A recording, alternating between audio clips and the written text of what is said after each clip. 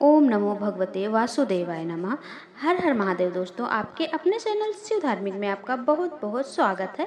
भगवान भोलेनाथ की कृपा आप पर और आपके परिवार पर सदा सर्वदा बनी रहे। दोस्तों, आज की वीडियो में हम सुनेंगे बृहस्पति व्रत की कथा। अगर आप बृहस्पति व्रत करते हैं तो अत्यंत ही श्रेष्ठ है। अगर नहीं भी करते हैं तो आज के दिन बृहस्पति देव की कथा सुनने मात्र से जीवन के सारे सुख आपको प्राप्त होते हैं। भगवान विष्णु की कृपा आपको प्राप्त होती है, माता लक्ष्मी की आपको कृपा प्राप्त होती है। तो बहुत ही प्रसन्न चित्त मन से सुनिए बृहस्पति की पावन कथा। दोस्तों, आज की वीडियो बहुत ही महत्वपूर्ण होने वाली है, इसलिए वीडियो को बीच में ना छोड़ें। और वीडियो आपको पसंद आए तो वीडियो को एक लाइक तो ज़रूर करें, क्योंकि आपके लाइक से मुझे पता चलेगा कि मेरे द्वारा बनाई जा रही वीडियो आपके लिए उपयोगी है, आपको पसंद आ रही है। चैनल को सब्सक्राइब करके बेल आइकन को प्रेस कर दें। इससे ये होगा कि इस चैनल पर अपलोड होने वाली वीडियो की नोटिफिकेशन आपको सही समय पर प्राप्त होगी। तो आओ सुनते हैं बृहस्पति देव की व्रत कथा। भारतवर्ष में एक प्रतापी और दानी राजा राज्य करता था। वह नित्य गरीबों और ब्राह्मणों की सहायता करता था। यह बात उसकी रानी को अच्छी नहीं लगती थी। वह न ही गरीबों को दान देती, न ही भगवान का पूजन करती थी और राजा को भी दान देने से मना किया करती थी। एक दिन राजा शिकार खेलने वन को गए हुए थे तो रानी महल में अकेली थी। उसी समय बृहस्पति देव साधु वेश में राजा के महल में भिक्षा के लिए गए और भिक्षा मांगी।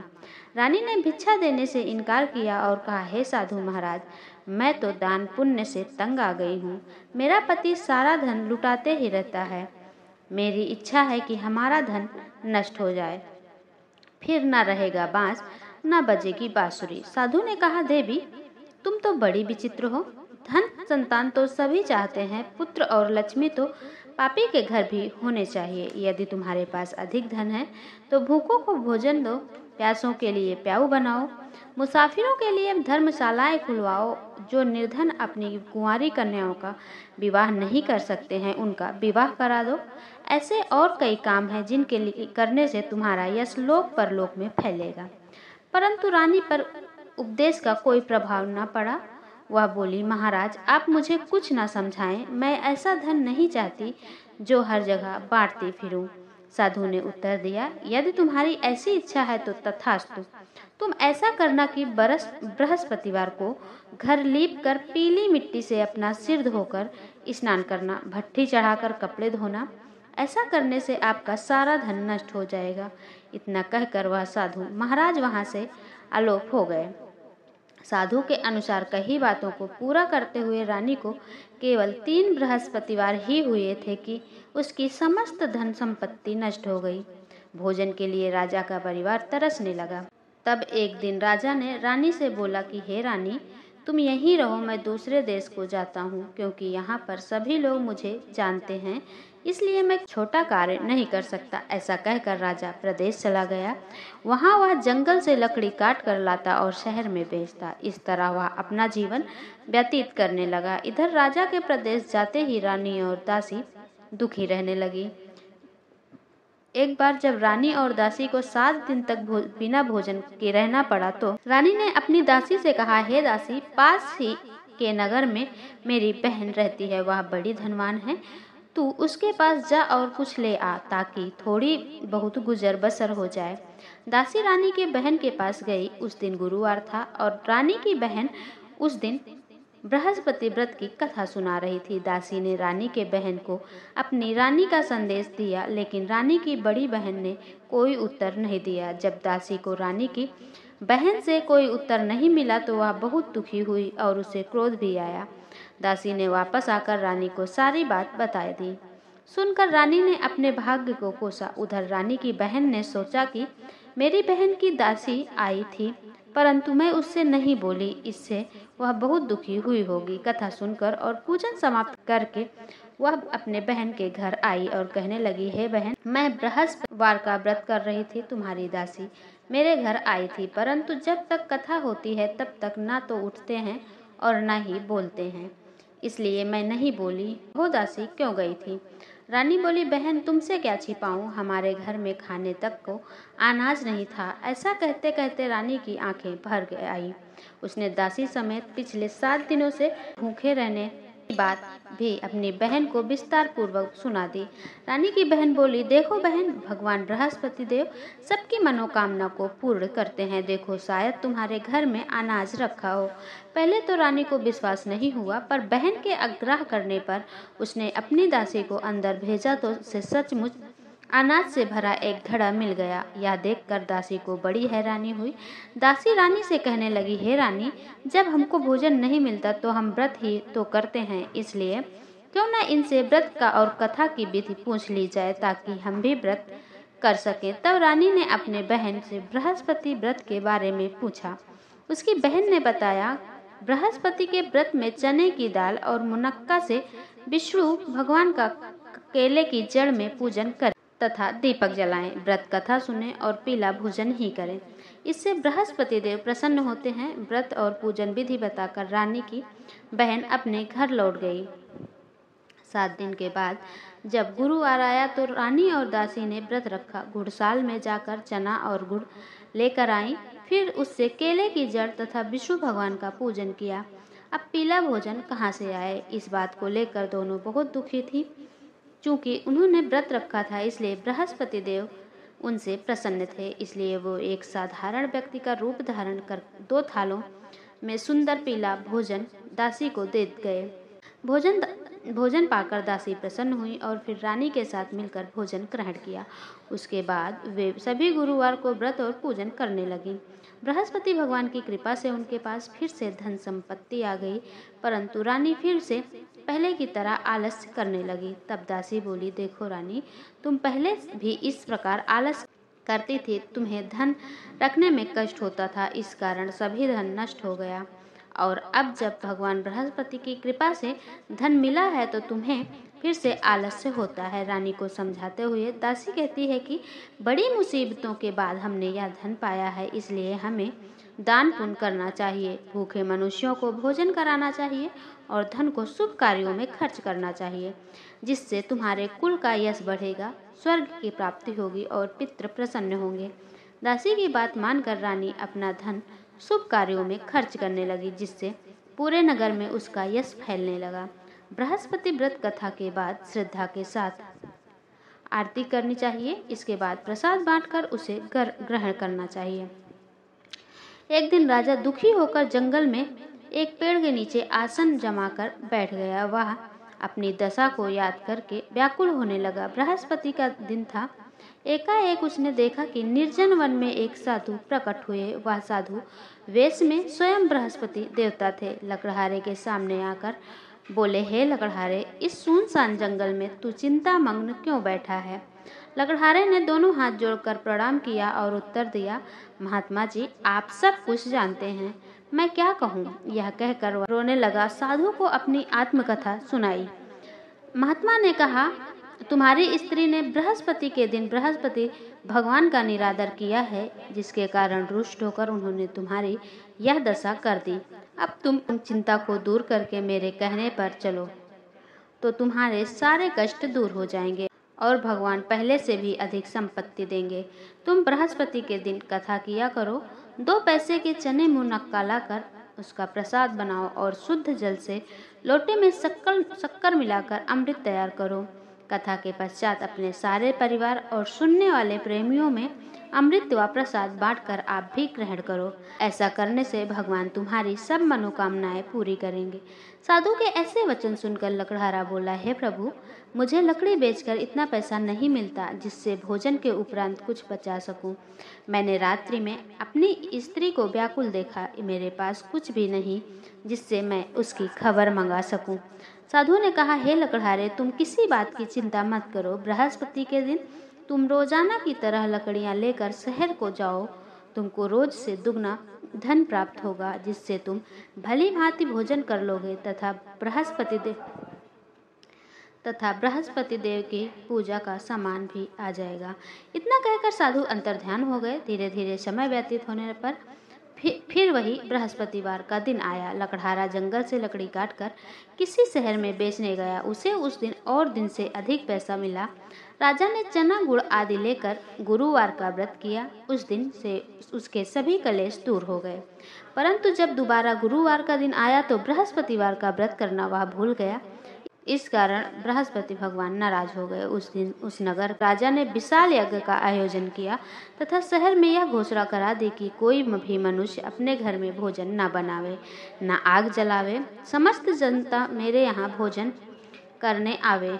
इस आज्ञा को जो न मानेगा उसे फांसी की सजा दी जाएगी। इस तरह की घोषणा संपूर्ण नगर में करवा दी गई। राजा की आज्ञा अनुसार शहर के सभी लोग भोजन करने गए, लेकिन लकड़हारा कुछ देर से इसलिए राजा को उसके अपने साथ घर लिवा के ले गए और ले जाकर भोजन करा रहे थे तो रानी की दृष्टि उस खूंटी पर पड़ी जिस पर उसका हार लटका हुआ था। वह वहां पर दिखाई नहीं दिया। रानी ने निश्चय किया कि मेरा हार इस मनुष्य ने चुरा लिया है। उसी समय सिपाहियों को बुलाकर उसको कारागार में डलवा दिया। जब लकड़हारा कारागार में पड़ गया और बहुत दुखी होकर विचार करने लगा कि न जाने कौन से पूर्व जन्म के कर्म से मुझे यह दुख प्राप्त हुआ है, और साधु को याद करने लगे जो कि जंगल में मिले थे। उसी समय तत्काल बृहस्पति देव साधु के रूप में प्रकट हुए और उसकी दशा को देखकर कहने लगे, अरे मूर्ख, तूने बृहस्पति देव की कथा नहीं करी, इस कारण तुझे दुख प्राप्त हुआ है। अब चिंता मत कर, बृहस्पतिवार के दिन कारागार के दरवाजे पर 4 पैसे पड़े मिलेंगे, उनसे तू बृहस्पति की पूजा करना, तेरे सभी कष्ट दूर हो जाएंगे। बृहस्पति के दिन उसे 4 पैसे मिले। लकड़हारे ने कथा कही। उसी रात्रि को बृहस्पति देव ने उस नगर के राजा को स्वप्न में कहा, हे राजा, तुमने जिस आदमी को कारागार में बंद कर दिया है वह निर्दोष है, वह राजा है, उसे छोड़ देना। रानी का हार उसी खूंटी पर लटका है। अगर तू ऐसा नहीं करेगा तो मैं तेरे राज्य को नष्ट कर दूंगा। इस तरह रात्रि के स्वप्न को देखकर राजा प्रातःकाल उठा और खूंटी पर हार देखकर लकड़हारे को बुलाकर क्षमा मांगी तथा लकड़हारे को योग्य सुंदर वस्त्र आभूषण देकर विदा कर दिया। बृहस्पति देव की आज्ञा अनुसार लकड़हारा अपने नगर को चल दिया। राजा जब अपने नगर के निकट पहुंचा तो उसे बड़ा आश्चर्य हुआ। नगर पहले से अधिक बाग, तालाब, कुएं तथा बहुत सी धर्मशाला, मंदिर आदि बन गई। राजा ने पूछा, यह किसका बाग है और धर्मशाला है? तब नगर के सब लोग कहने लगे, यह सब रानी और बांदी के हैं। जो राजा को आश्चर्य हुआ और गुस्सा भी आया। जब रानी ने यह खबर सुनी कि राजा आ रहे हैं तो उन्होंने बांदी से कहा कि हे दासी, देख, राजा हमको कितनी बुरी हालत में छोड़कर गए थे। हमारी ऐसी हालत देखकर वह लौट न जाए, इसलिए तू दरवाजे पर खड़ी हो जा। आज्ञा अनुसार उसी दरवाजे पर खड़ी हो गई। राजा आए तो उन्हें अपने साथ लिवा लाई। तब राजा ने क्रोध करके अपनी रानी से पूछा कि यह धन तुम्हें कैसे प्राप्त हुआ? तब उन्होंने कहा, हमें यह सब धन बृहस्पति देव की इस व्रत के प्रभाव से प्राप्त हुआ। राजा ने निश्चय किया कि 7 रोज बाद तो सभी बृहस्पति देव का पूजन करते हैं, परंतु मैं प्रतिदिन दिन में 3 बार कहानी तथा रोज व्रत किया करूँगा। अब हर समय राजा के दुपट्टे में चने की दाल बंधी रहती थी। दिन में 3 बार कहानी कहता। एक रोज राजा ने विचार किया, चलो अपने बहन के यहाँ हो आऊं। इस तरह निश्चय कर राजा घोड़े पर सवार होकर अपनी बहन के यहाँ चलने लगा। मार्ग में उसने देखा कि कुछ आदमी एक मुर्दे को ले जा रहे हैं। उन्हें रोककर राजा कहने लगा, अरे भाइयों, मेरे बृहस्पति देव की कथा सुन लो। वह बोले, लो, हमारा तो आदमी मर गया है, इसको अपनी कथा की पड़ी है। परंतु कुछ आदमी बोले, अच्छा कहो, हम तुम्हारी कथा भी सुनेंगे। राजा ने दाल निकाली और जब कथा आधी ही हुई थी कि मुर्दा हिलने लगा, और जब कथा समाप्त हो गई तो राम राम करके मनुष्य उठकर खड़ा हो गया। आगे मार्ग में उसे एक किसान खेत में हल चलाता मिला। राजा ने उसे देखा और उससे बोले, अरे भैया, तुम मेरी बृहस्पति की कथा सुन लो। किसान बोला, जब तक मैं तेरी कथा सुनूंगा तब तक 4 हरैया जोत लूंगा। जा अपनी कथा किसी और को सुना। इस तरह राजा आगे चलने लगा। राजा के हटते ही बैल पछाड़ खाकर गिर गया तथा किसान के पेट में बड़ी जोर की दर्द होने लगी। उस समय उसकी माँ रोटी लेकर आई। उसने जब यह देखा तो अपने पुत्र से सब हाल पूछा और बेटे ने सभी हाल कह दिया। तो बुढ़िया दौड़ी दौड़ी उस घुड़सवार के पास गई और उससे बोली कि मैं तेरी कथा सुनूंगी, तू अपनी कथा मेरे खेत पर चल के कहना। राजा ने बुढ़िया के खेत पर जाकर कथा कही, जिसके सुनते ही वह बैल उठ खड़ा हुआ तथा किसान के पेट का दर्द बंद हो गया। राजा अपने बहन के घर पहुंचा। बहन ने भाई की खूब मेहमानी की। दूसरे रोज प्रातःकाल राजा जगा तो वह देखने लगा कि सब लोग भोजन कर रहे हैं। राजा ने अपने बहन से कहा, ऐसा कोई मनुष्य है जिसने भोजन नहीं किया हो? मेरी बृहस्पतिवार की कथा सुन ले। बहन बोली, हे भैया, यह देश ऐसा ही है कि पहले यहाँ लोग भोजन करते हैं, बाद में अन्य काम करते हैं। अगर कोई पड़ोस में हो तो देखाऊं। वह ऐसा कहकर देखने चली गई, परंतु उसे कोई ऐसा व्यक्ति नहीं मिला जिसने भोजन ना किया हो। अतः वह एक कुम्हार के घर गई, जिसका लड़का बीमार था। उसे मालूम हुआ कि उनके यहाँ 3 रोज से किसी ने भोजन नहीं किया है। रानी ने अपने भाई को कथा सुनने के लिए कुम्हार से कहा। वह तैयार हो गया। राजा ने जाकर बृहस्पतिवार की कथा कही, जिसको सुनकर उसका लड़का ठीक हो गया। अब तो राजा की प्रशंसा होने लगी। एक रोज राजा ने अपनी बहन से कहा कि हे बहन, हम अपने घर को जाएंगे, तुम भी तैयार हो जाओ। राजा की बहन ने अपनी सास से कहा। सास ने कहा, हाँ चली जा, परंतु अपने लड़कों को मत ले जाना, क्योंकि तेरे भाई के कोई औलाद नहीं है। बहन ने अपने भैया से कहा, हे भैया, मैं तो चलूंगी पर कोई बालक नहीं जाएगा। राजा बोला, जब कोई बालक नहीं चलेगा तब तुम ही क्या करोगे? बड़े दुखी मन से राजा अपने नगर को लौट आया। राजा ने अपनी रानी से कहा, हम निर्वंशी हैं, हमारा मुंह देखने का धर्म नहीं है और कुछ भोजन आदि नहीं किया। रानी बोली, हे प्रभु, बृहस्पति देव ने हमें सब कुछ दिया है, वह हमें औलाद अवश्य देंगे। उसी रात को बृहस्पति देव ने राजा के स्वप्न में आकर कहा, हे राजा, उठ, सभी सोच त्याग दे, तेरी रानी गर्भ से है। बृहस्पति देव की यह बात सुनकर बड़ी खुशी हुई।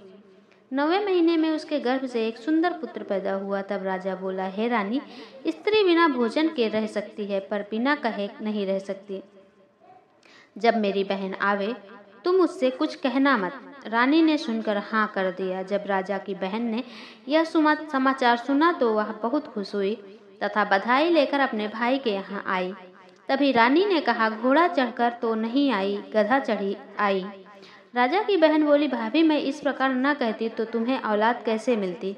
बृहस्पति देव ऐसे ही हैं, जैसे जिसके मन में कामनाएं हैं सभी को पूर्ण करते हैं। जो सद्भावना पूर्वक बृहस्पतिवार का व्रत करता है एवं कथा पढ़ता है अथवा सुनता है, दूसरों को सुनाता है, बृहस्पति देव उसकी सभी मनोकामना पूर्ण करते हैं। भगवान बृहस्पति देव उसकी सदैव रक्षा करते हैं। संसार में जो मनुष्य सद्भावना से भगवान जी का पूजन व्रत सच्चे हृदय से करते हैं तो उनकी सभी मनोकामनाएं पूर्ण होती है। जैसी सच्ची भावना से रानी और राजा ने उनकी कथा का गुणगान किया तो उनकी सभी इच्छाएं बृहस्पति देव जी ने पूर्ण की थी। इसलिए पूर्ण कथा सुनने के बाद प्रसाद लेकर जाना चाहिए। हृदय से उसका मनन करते हुए जयकारा बोलना चाहिए। बोलो बृहस्पति देव की जय, भगवान विष्णु की जय। दोस्तों, आशा करती हूँ वीडियो आपको अच्छी लगी हो। वीडियो अच्छी लगी हो तो वीडियो को लाइक कर दें। मिलती हूँ मैं अगले वीडियो में अगली जानकारी के साथ। तब तक के लिए नमस्कार।